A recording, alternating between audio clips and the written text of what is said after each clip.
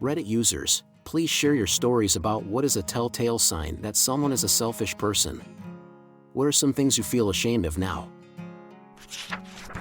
I've been scared of seeing this thread for a long time. I recently lost something important to me because of my inability to see how selfish I was being.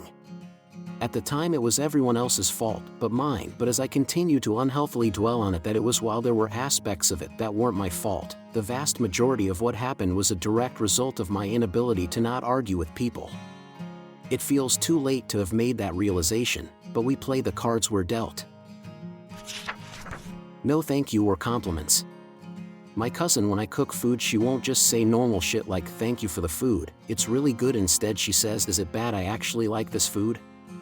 Is it bad I am craving that pasta you made? The way they treat random people versus the way they treat people they want something from. They respond how worse their situation is when you're sharing your problems with them.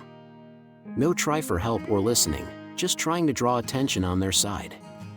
I have a friend that is like that, and lately I have just been letting her talk, with dry responses such as oh wow tough luck, yeah you told me all of that via text, and I would talk only if she would ask me a question.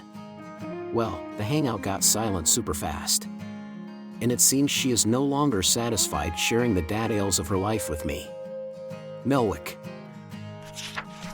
If they always talk about themselves. Likewise, but some people just aren't aware that they're doing it.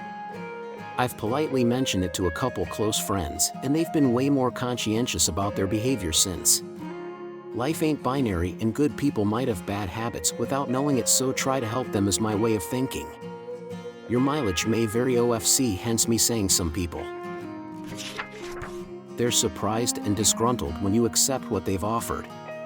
Example, I used to be friends with someone who loved to offer stuff. I have some cute maternity clothes that would fit you, I can lend them to you if you want. I can help you rearrange your classroom, I'll come in early tomorrow. I made such a great apple pie. I can bring you a piece. These aren't things that anyone solicited, she offered them up. Yet she 100% expects that everyone will politely decline her offers. I'm a yes person, anything you offer to me, I will happily accept. The look on her face when I would respond, that would be great, thanks, was always priceless. She never followed through with any of it, but she never stopped offering stuff. And I never stopped accepting. It was kind of hilarious. They're rude to waitstaff or just staff and employees in general. My ex was insanely selfish. Her dad gave her a $20K a month allowance. Plus paid for her mortgage on a penthouse in NYC while she went to Yale. He paid her car plus insurance. She had zero need for cash. All bills are paid. He also gave her a credit card with, I'm assuming, no limit. 'Cause we bought a car on a whim once. But I saw her steal $3 from a friend who was passed out. She'd steal panties from Walmart. She had a pile of cash in her bedroom. We once needed to pay for a delivery. I don't know if it was bagels or pizza, but she refused to touch the pile of cash. I had to walk to my car to get cash. And when I tipped her $10 for waiting, my ex went ballistic, calling me a BTCH, a moron and queer. 'Cause why would you give a random porky BTCH $10 for $5 worth of food? We went to a celeb wedding. She found a way to take 4 gift baskets as opposed to the 2 we were supposed to get. Every guest got one. She also stole a $500 gift card to Victoria's Secret from the wedding. She's wicked greedy. People who have kids on purpose, and then act like their kids owe them, well above and beyond basic kindness and human respect, for the rest of their lives. People who always talk about money or the grind. Usually they will sell you out in a heartbeat or take advantage of others for money, which is pretty selfish.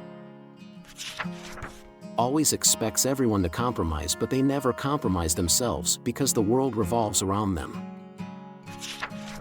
The way they drive. My dad will drive recklessly and loves me and my family's reactions to the fear it brings. He just laughs. He's a pretty good driver and drives professionally for a trucking company, but he also drives recklessly and aggressively on purpose, sometimes just to get those reactions, and it's scary. He is a good driver, he just acts like he's in a race car and he's gotta get first place even if it scares the PPL riding with him. Pay attention to how much they interrupt you, or you'll say something pretty important and they'll go okay and then talk about something else. This isn't always a sign of selfishness, it could be ADHD, habit they don't know they're doing, or they just don't gel with you. When they say sorry but nothing ever changes. Conversations don't feel like conversations.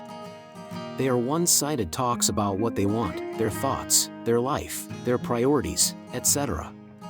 When you are able to slip a word in, your words are used as transitions in their dialogue.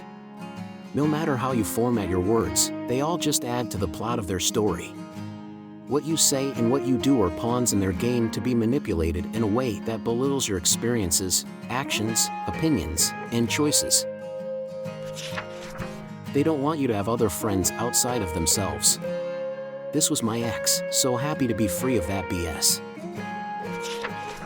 They gladly take any favors you do for them, but when asked if they could reciprocate once, they get defensive and or aggressive and act like you're the selfish one for daring to expect something in return.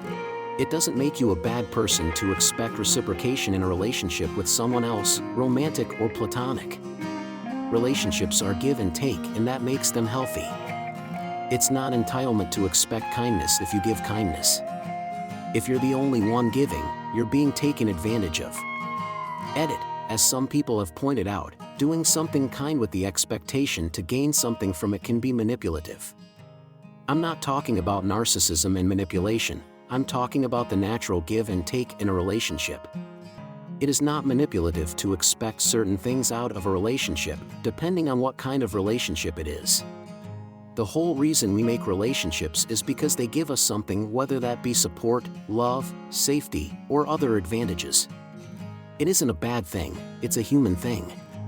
Typically, with give and take, if you notice a pattern of one person consistently taking without giving, the one taking is the problem, not the one giving. The kind of people who use this as a manipulation tactic aren't the ones who stick around in a relationship for years, doing favors and kind things without being asked to. They're more likely to do one favor and demand twice as much in return. Why do I know this? I've had these people in my life, which is what gave me the realization I commented above. When every single bad thing that happens to another person gets spun around into their personal problem, for example, I'm really upset because my family member is going through X. And that friend is too busy to care for my needs. Can you believe they didn't text me back immediately? This is a bit of a strange one, but always seems to be true in my experience. People who instantly jump into the jokey, banter-type talk with you. Call me old-fashioned, but I feel like most normal, non-selfish people go out of their way to at least be polite and self-edited when meeting new people. Then as you build up that rapport, you can then relax and start having more fun with each other. It's all about respecting people's comfort zones. Selfish people aren't interested in your comfort zone. So they just jump straight into the type of chatter that you typically reserve for your well-known friends, and they don't care if you aren't okay with that. My family aren't as bad, but they definitely struggle with emotional immaturity and borderline narcissism when under duress. Basically, their inability, or unwillingness, to regulate their own emotions or distress makes them incapable of genuinely empathizing and supporting others.